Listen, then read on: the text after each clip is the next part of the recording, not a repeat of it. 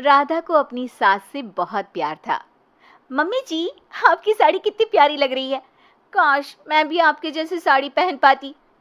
अरे बेटा, हमारे जमाने में तो साड़ी ही चलती थी। तू क्या करेगी साड़ी पहनकर? दिन भर भागा दौड़ी करती है। साड़ी कंफर्टेबल नहीं फील कराएगी। तू तो ऐसे ही जचती है बेटा।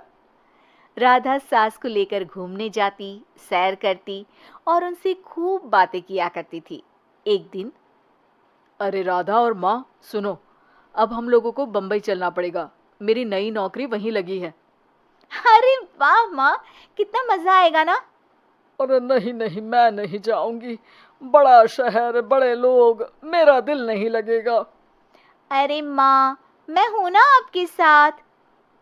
और सारा परिवार बड़े शहर में शिफ्ट हो जाता है। एक दिन, राधा, तू भी अब नौकरी में जाने लगी है। मैं तो बोर हो जाती हूँ। सोच रही हूँ आसपास की औरतों से दोस्ती कर लूँ। हाँ हाँ माँ, और क्या। यहाँ की औरतें तो किटी पार्टी और बहुत सी फन लविंग एक्टिविटी करती हैं। तो बेटा, दो चार फन लविंग से मुझे भी मिलवा देना। बहू सास के साथ बाहर निकलती है तो देखती है कि सास की उम्र की जो औरतें टहल रही हैं, उनका पहनावा ओढ़ावा सास से बिल्कुल अलग है। लेकिन फिर भी राधा एक औरत को रोकती है। Hello aunty, how are you? Oh great darling. Aunty, हम लोग यहाँ नए शिफ्ट हुए हैं। ये मेरी मम्मी है। क्या ये कल से आप लोगों को ज्वाइन कर सकती हैं? वो औरत सास की तरफ बड़ी ही अजीब नजरों से देखती है, फिर कहती है, अब ठीक है, कल से भेज देना। सास समझ जाती है कि उस औरत को वो ठीक नहीं लगी, लेकिन फिर भी वो कुछ नहीं बोलती। अगले दिन, अरे माँ, अच्छी सी साड़ी पहनकर तैयार होकर जाइए। आपको आपकी दोस्तों के पास जाना है ना। और नहीं नहीं, मैं सोच रही हूँ घर पर बैठकर टीवी देखूं। वैसे भी रामायण का नया एपिसोड आएगा। नहीं माँ, आप जाओ ना, लोगों से मिलो, बात करो, अच्छा लगेगा। ना चाहते हुए भी सास उन लोगों के पास जाती है, लेकिन सभी सास से बुरा व्यवहार करते हैं। सास मुंह लटकाकर घर आ जाती है। बहू समझ जाती है कि सास को कुछ हुआ है। वो रोज सास को पार्क में भेजती, लेकिन सास रोज मुंह लटकाकर वापस आ जाती। क्या हुआ माँ, आप बाहर जाकर खुश नहीं होती हैं? अरे बेटा, खुश तो हूँ लेकिन। लेकिन क्या माँ, आपको तो लोगों से मिलना, बातें करना अच्छा लगता था। मैं देख रही हूँ कि आजकल आप बाहर से आती हैं तो परेशान सी दिखती हैं। सास कुछ नहीं कहती, अपने कमरे में चली जाती है। अगले दिन राधा चुपके से सास के पीछे पार्क में जाती है। हेलो, कैसे हैं आप लोग? एक औरत मुंह बनाकर साइड हो जाती है। सभी एक दूसरे से बात करती हैं, लेकिन राधा की सास साइड में चुपचाप अकेली बैठी रहती हैं। राधा घर आती है और सास के वापस आने का इंतजार करती है। सास मुंह लटकाकर घर आती है। अरे मम्मी जी, तब से इंतजार कर रही हूँ, जल्दी तैयार हो जाइए, मार्केट जाना है। राधा सास को लेकर बाजार जाती है और उन्हें कुछ मॉडर्न कपड़े दिलाती है।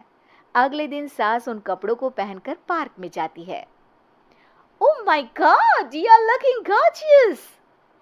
ब्यूटीफुल टॉप, कहाँ से लिया? हे, मेरे घर में कल किटी है, तुम जरूर आना। अजीब औरतें हो तुम लोग। मैं रोज आती थी, तब तो तुम लोग सीधे मुंह बात भी नहीं करती थी। आज इन कपड़ों को देखकर तुम मुझे घर बुला रही हो। लेकिन सुनो, अब मुझे तुम लोगों से कोई बात नहीं करनी और ना ही दोस्ती करनी है। अरे तुम तो बुरा मान गई। वैसे दोस्ती नहीं करनी थी तो ये कायाकल्प क्यों किया? ये मेरी बहू ने किया है। मैं यहाँ सिर्फ ये देखने के लिए आई थी कि तुमको मुझसे समस्या है या मेरे कपड़ों से। कपड़े तो बदले जा सकते हैं।